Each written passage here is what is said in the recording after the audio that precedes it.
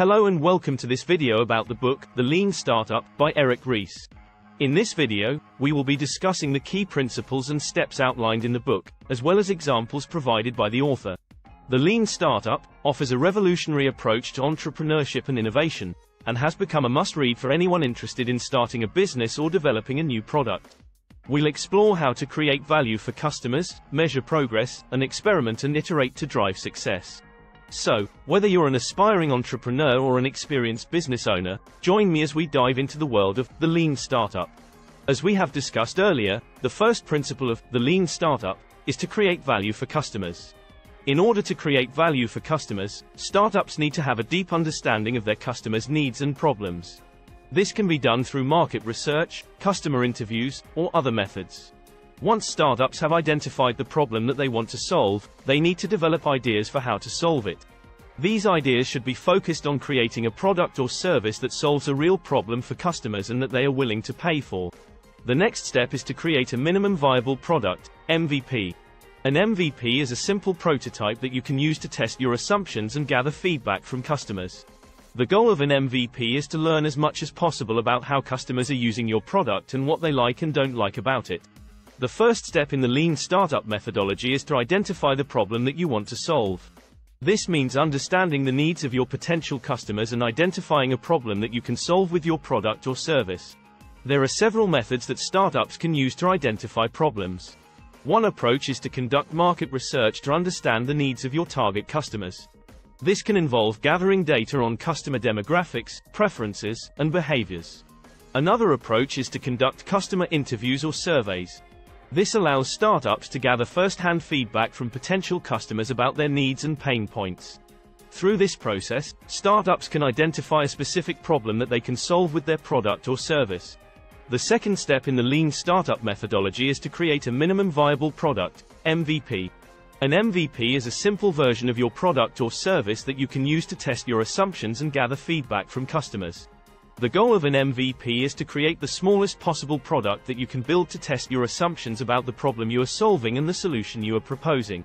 This allows you to learn quickly and with minimal investment whether your product or service is solving a real problem for your target customers. Creating an MVP involves identifying the key features of your product or service that are essential to solving the problem you have identified. These features should be prioritized based on their importance in solving the problem and their feasibility to implement. The third step in the Lean Startup methodology is to test and iterate on your MVP. Once you have created your MVP and tested it with early adopters, you should use the feedback that you receive to improve your product or service. This process of testing and iterating is a key component of the Lean Startup methodology. It allows startups to rapidly test and refine their ideas based on real feedback from customers, rather than relying on assumptions or guesswork. To test and iterate on your MVP, you should gather feedback from your early adopters and use that feedback to make improvements to your product or service. This can involve making changes to the design, features, or functionality of your product or service based on the feedback that you receive. The second principle of the Lean Startup methodology is to measure progress. This involves setting clear metrics and goals for your startup and regularly measuring your progress towards those goals. Measuring progress is important because it allows startups to understand how well they are performing and to identify areas where they need to improve. By setting clear metrics and goals, startups can also ensure that everyone on the team is working towards the same objectives. To measure progress, startups should identify key metrics that are relevant to their business. These metrics can include things like customer acquisition, revenue, retention, or engagement. Startups should also set specific goals for these metrics and track their progress over time. Regularly measuring progress allows startups to identify when they are falling short of their goals and to take corrective action. For example, if a startup is not acquiring enough customers, they may need to improve their marketing or sales efforts. If a startup is not generating enough revenue, they may need to adjust their pricing or business model. The first step in measuring progress is to define key metrics for your startup. These are the metrics that will help you understand how well your business is performing and whether you are making progress towards your goals. To define key metrics, you should start by identifying the most important goals for your business. For example, if you are a software company, your goals may include acquiring new customers, increasing revenue, or improving customer engagement. The second step in measuring progress is to track your metrics on a regular basis. This involves collecting data on your key metrics and analyzing that data to gain insights into how well your business is performing. To track your metrics, you should use tools and software that can help you collect and analyze data. There are many different tools available, ranging from simple spreadsheets to more advanced analytics software. Some popular options include Google Analytics, Mixpanel, and KISS Metrics. Once you have collected data on your key metrics, you should analyze that data to gain insights into how well your business is performing. This may involve looking at trends over time, comparing your metrics to industry benchmarks, or identifying correlations between different metrics. The third step in measuring progress is to analyze your data and use the insights you gain to make changes to your business. This involves looking at the data you have collected on your key metrics and using that data to identify areas where you need to improve. To analyze your data, you should look for patterns and trends that can provide insight into how well your business is performing. This may involve identifying correlations between different metrics, looking at how your metrics are changing over time, or comparing your metrics to industry benchmarks. The third principle of the lean startup is to experiment and iterate. This means that you should constantly be testing new ideas and making changes to your product or service based on the results of those tests. The goal of experimentation is to learn as much as possible about your customers and what they want from your product or service. By testing new ideas and gathering feedback, you can gain valuable insights that can help you improve your business and increase your chances of success. Develop hypotheses. The first step in the experimentation process is to develop hypotheses about what you think will improve your product or service. These hypotheses should be based on data and feedback from your customers. Test your hypotheses. The next step is to test your hypotheses by running experiments. This may involve creating prototypes, running A/B tests, or conducting surveys to gather feedback. Analyze the results. Once you have run your experiments, you should analyze the results to see what you have learned. Look for patterns and trends in the data that can help you identify areas for improvement. Make changes. Based on the insights you gain from your experiments, you should make changes to your product or service. This may involve making changes to your pricing, adjusting your marketing strategy, or tweaking your product features. Repeat the process. The experimentation and iteration process is a continuous cycle. You should constantly be testing new ideas and making changes based on the insights you gain. The first step in the experimentation and iteration process is to generate ideas for potential improvements to your product or service. This may involve brainstorming sessions with your team, conducting customer research, or gathering feedback from your users. Brainstorming sessions can be an effective way to generate a large number of ideas in a short amount of time. Encourage your team to think outside the box and come up with creative solutions to problems. Customer research. Conducting customer research can help you gain insights into what your customers want and need from your product or service. This may involve conducting surveys, focus groups, or interviews to gather feedback.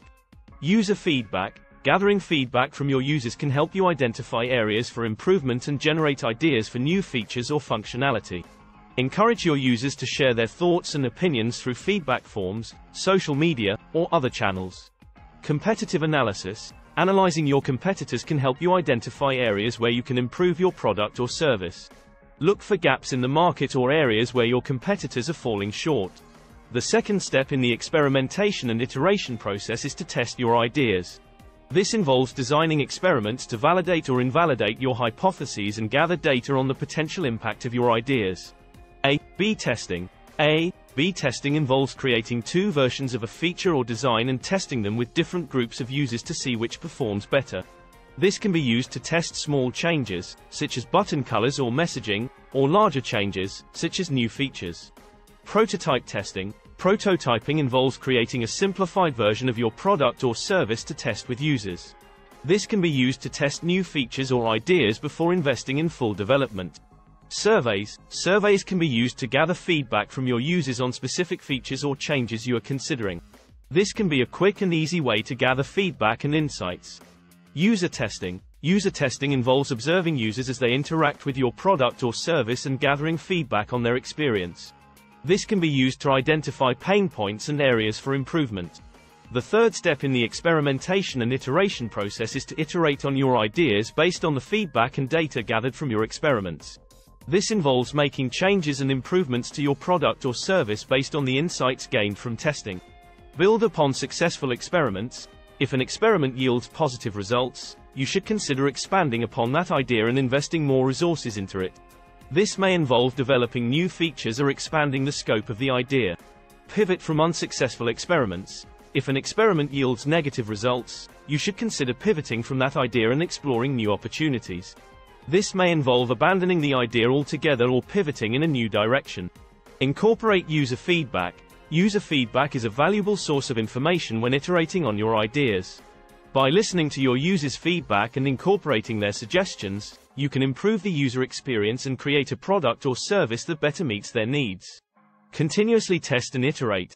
The experimentation and iteration process should be ongoing, with continuous testing and iteration to refine and improve your product or service over time. This may involve conducting regular A/B tests, prototyping new features, or gathering feedback from your users on an ongoing basis. In conclusion, the Lean Startup provides a valuable framework for entrepreneurs and innovators looking to create successful products and businesses. By focusing on creating value for customers, measuring progress, and experimenting and iterating, you can develop products that truly meet the needs of your target market. Remember to start with identifying the problem, create a minimum viable product, and test and iterate to continuously improve your product. By embracing the principles and steps outlined in this book, you can build a sustainable business that thrives in today's fast-paced and ever-changing market. So, go forth and innovate with the Lean Startup mindset, and see where it can take you.